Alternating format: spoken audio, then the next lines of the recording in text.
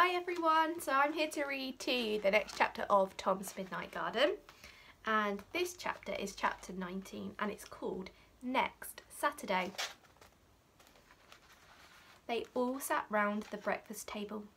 Alan Kitson with his newspaper, his wife with a long letter from his sister, Tom's mother, Tom himself with a letter from Peter. Tom read his letter with one hand curved around the top to prevent any even accidental overlooking. Dear Tom, beware! Mother is writing to Aunt Gwen to say can you come home at the end of the week, and this time you really are to. I think Mother will say you must come because I miss you so much, but I don't want you to come away. I like all you write in your letters. Tell me some more. I wish I were there, but Mother and Father say no. I wish we had more trees and a river near and a high wall. I wish I were there with you. Yours, Peter. Tom sighed. He would have liked to bring Peter, if only for a little, to the reach of his wishes. Tom looked back to the beginning of the letter. Beware! But what can children do against their elders' decisions for them, and especially their parents? You are to come home at the end of the week? And this, Tom looked at the top of Uncle Alan's newspaper. This was Tuesday. He supposed that they would be suggesting Saturday or Sunday for his return. Aunt Gwen put down her letter and smiled at Tom, but sadly. Well, Tom, so we must really say goodbye to you soon? When? Said Tom abruptly. On Saturday. There's a treat train on Saturday morning, and your mother says you can go by train, and now that you're out of quarantine. Next Saturday? Said Tom. So soon? His uncle said suddenly. We shall miss you, Tom.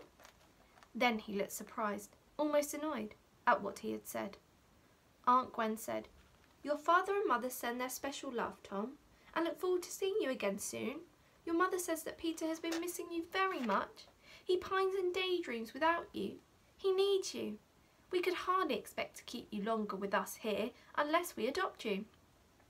If they adopt him, Tom thought, he could stay here, but on the other hand, he wouldn't have his own family anymore. His mother, his father, Peter. Tom felt a tightness round his ribs, as though he were being squeezed apart there. He wanted two different sets of things so badly. He wanted his mother and father and Peter and home. He really did want them badly, and on the other hand, he wanted the garden. If you adopt me, Tom began slowly and painfully. I was joking, Tom, said his aunt, thinking to reassure him.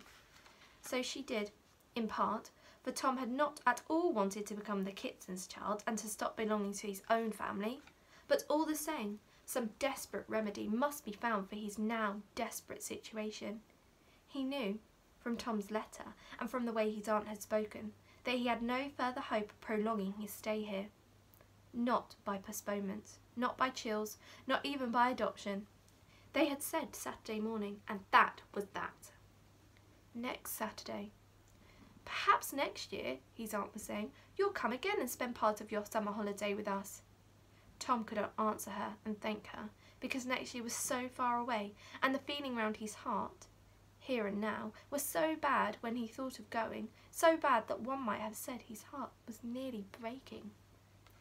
All that morning, Tom seemed to hear the ticking of the grandfather clock, bringing Saturday, minute by minute, nearer and nearer. He hated the clock for that. He hated the clock for that. Then he would remember that this very night the grandfather clock was to give up its secret. When Hattie unfastened the doors, what the secret might be, Tom could not even dimly guess, yet he had a strange feeling of its importance, and he found himself setting a faint hope upon it, his only hope. For that reason he longed for the minutes and hours to pass quickly until tonight. Time was so long from now until then, so short from now until Saturday. That afternoon Tom wrote to Peter about the garden with a hopefulness he did not really feel.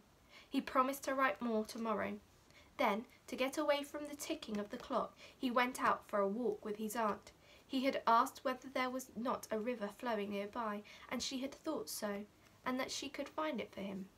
They walked among back streets, turning this way and that, until Tom lost all sense of direction. They came to a bridge. Here's your river, Tom, said Aunt Gwen triumphantly. It must be the same river, although it looked neither like the stretch Tom had glimpsed from Hattie's window, nor like the one he and Hattie reached through the meadow by the garden hedge.